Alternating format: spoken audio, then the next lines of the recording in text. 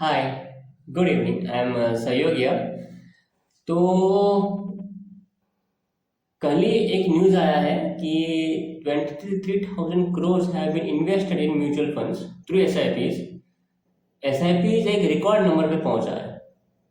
तो सोचा कुछ ऐसा वीडियो बनाया जाए जिससे लोगों को अवेयरनेस हो, because people are like crazy investing in mutual funds. तो लोगों को समझ आए कि आखिर म्यूचुअल फंड्स की अदर साइड भी क्या होती है।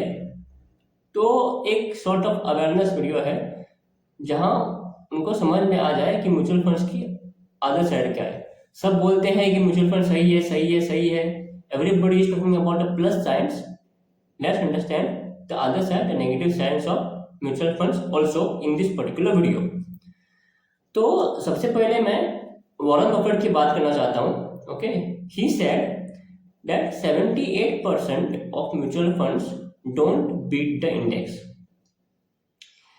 अभी ये बात किसी फंड फाइनेंशियल एडवाइजर या म्यूचुअल फंड ने बताई नहीं होगी आप लोगों को, क्योंकि वो बताना नहीं चाहते।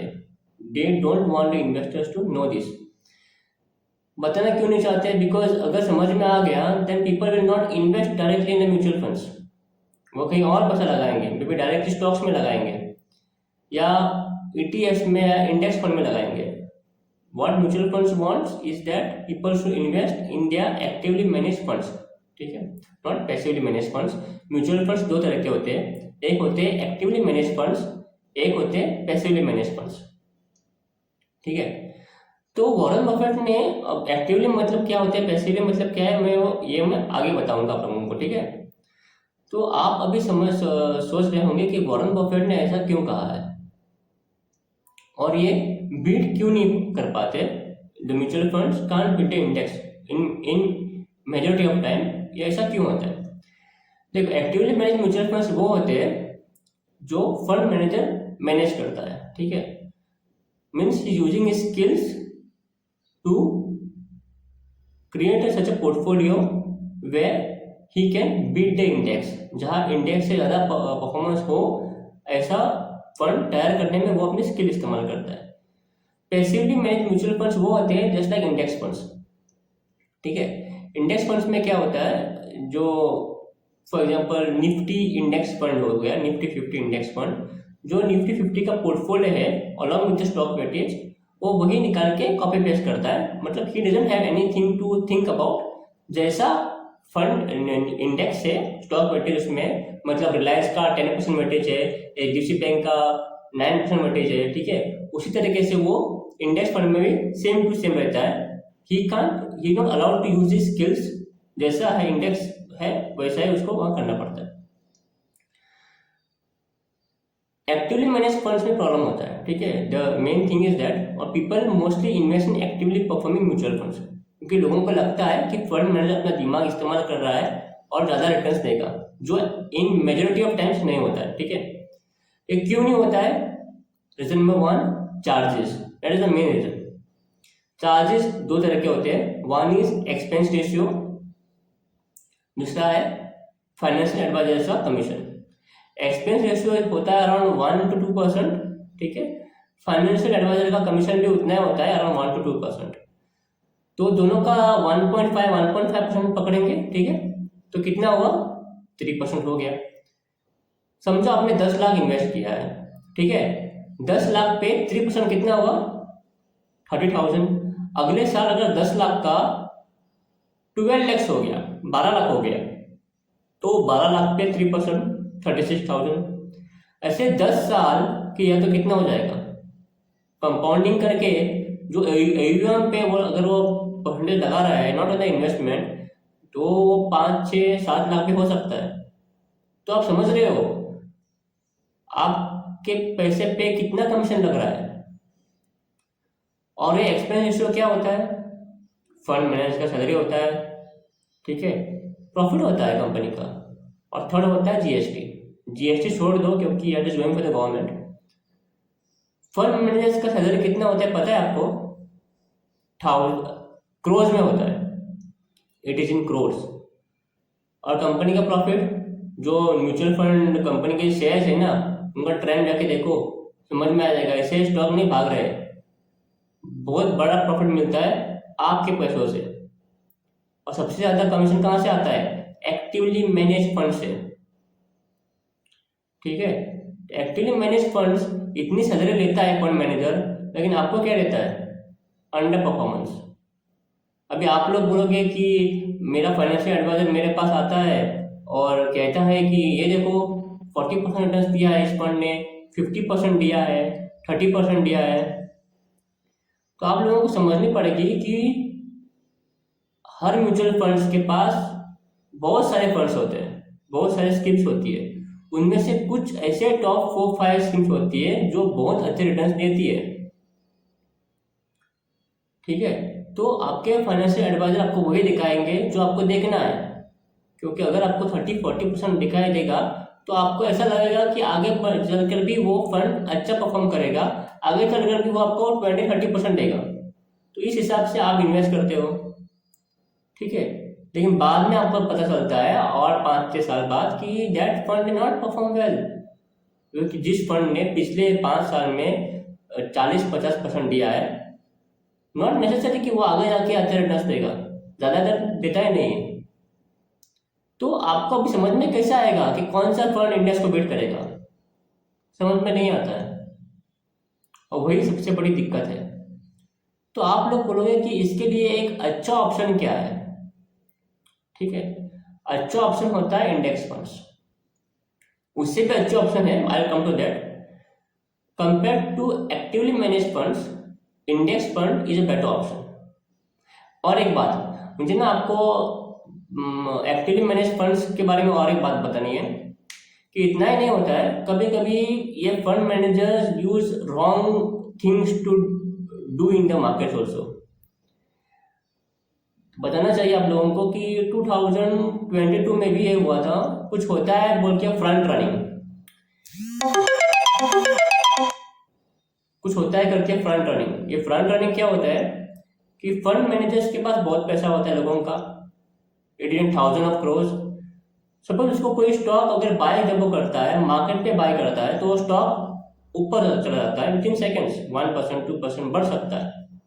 तो फंड मैनेजर क्या करता है, अपने फैमिली में किसी दोस्त या किसी के अकाउंट में वो शेयर पहले बाय करता है और ऊपर से नहीं रखता है 1 और 2%, क्योंकि उसको समझ में आता है कि कितना तक जा सकता है स्टॉक, क्योंकि बाइंग तो यही फंड म्यूचुअल फंड से करेगा।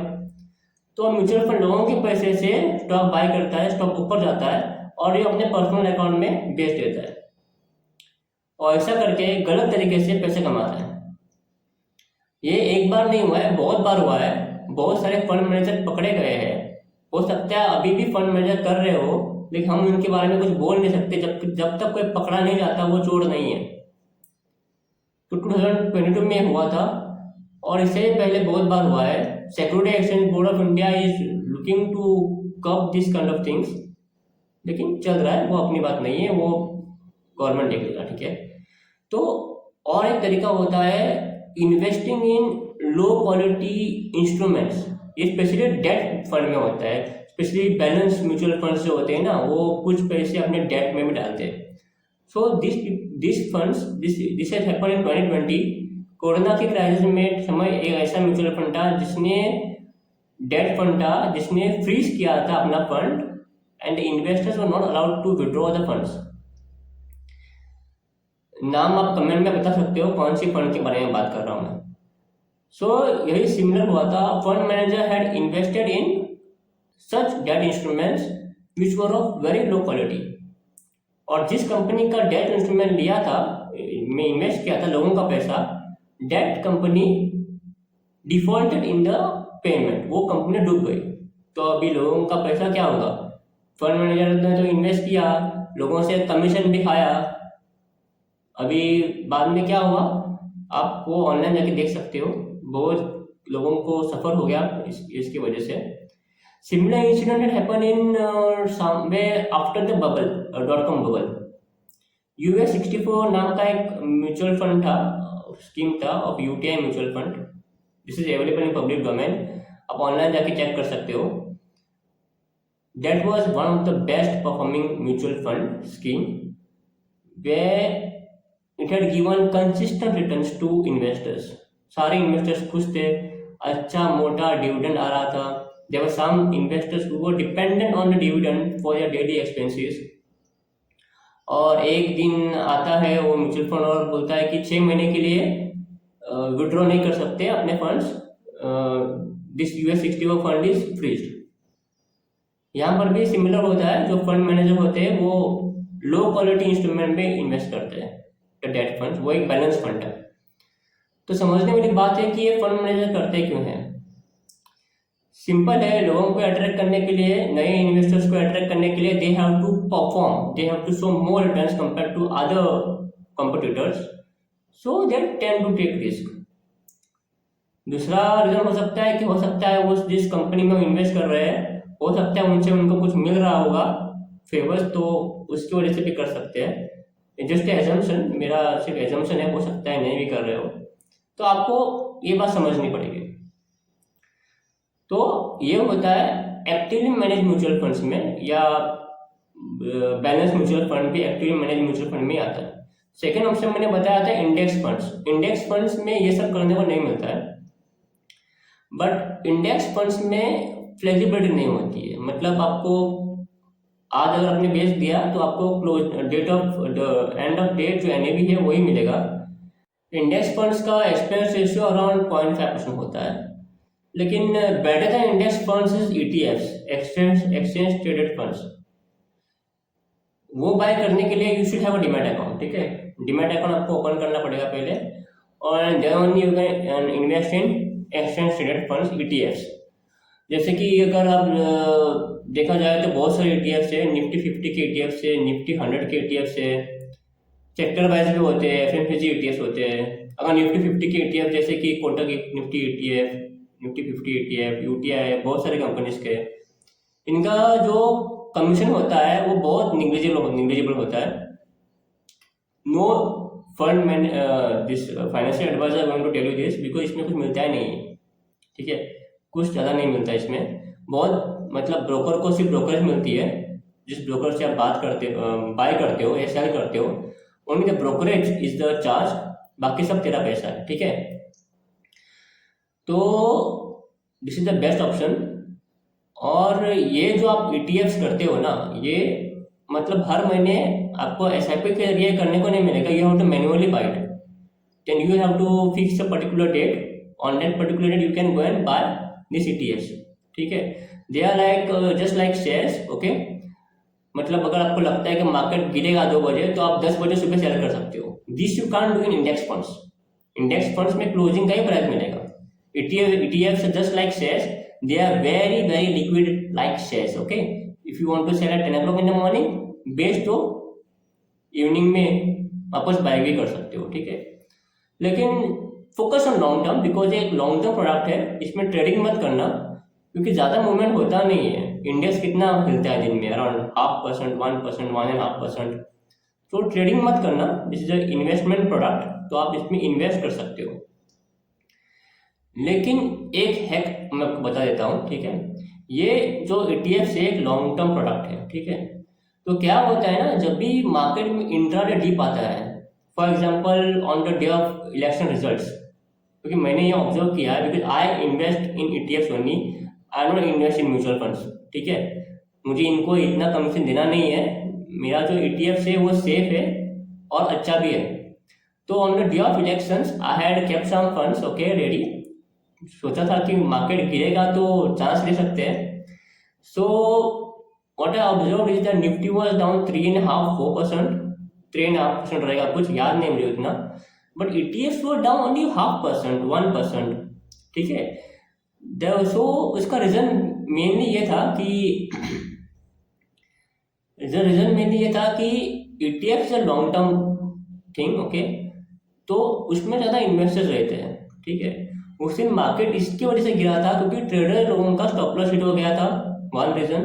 दूसरा हो सकता है लोगों का मार्क टू मार्क बहुत बढ़ता है ना, जो डेबिट पे बाय करते हैं, ठीक है, उनका मार्क टू मार्क बढ़ता है, वो शॉर्टफॉल में आते हैं तो उनका पोजीशन स्क्वायर ऑफ होता है, broker square of the position, उसकी वजह से और नीचे आता है। लेकिन ETFs में लॉन्ग टर्म इन्वेस्टर रहते हैं, उनको पता होता है कि सेलिंग करने की जरूरत नहीं है, मार्केट वापस ऊपर आएगा, तो इंडेक्स ETFs में ज़्यादा सेलिंग देखने को नहीं मिली थी उस दिन, लेकिन stocks had come down, so I had to buy stocks, क्योंकि स्टॉक्स में 3% का नीचे आया था। The Nifty 50 index had come down by 3.5% something, almost 4%। तो I invested in stocks.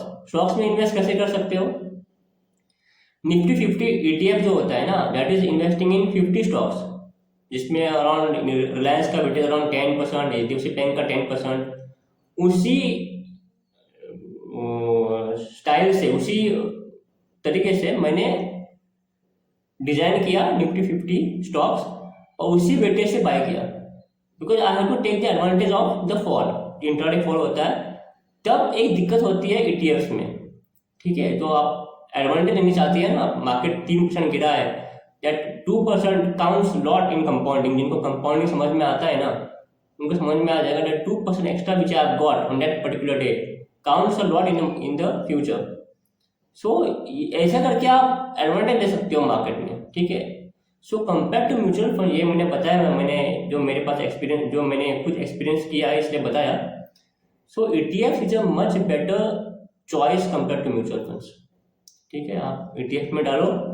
Mutual funds में देयर आर मैनी ट्रांसपेरेंसी नहीं है इंडियन म्यूचुअल फंड्स में। मतलब जो आपके एक्सपेंस रेशियो जो काट जाता है फ्रॉम द NAV, वो बोलते हैं 1.5%, लेकिन कितना काटता है? क्या आपको स्टेटमेंट मिलता है अब इतना एक्सपेंस रेशियो कट किया गया है आपके NAV से? You doesn't come to know. So it is always a better option to enter the ETFs। ETFs is a much better option. यही बताने के लिए मैंने ये वीडियो बनाया था। Okay, thank you so much for watching.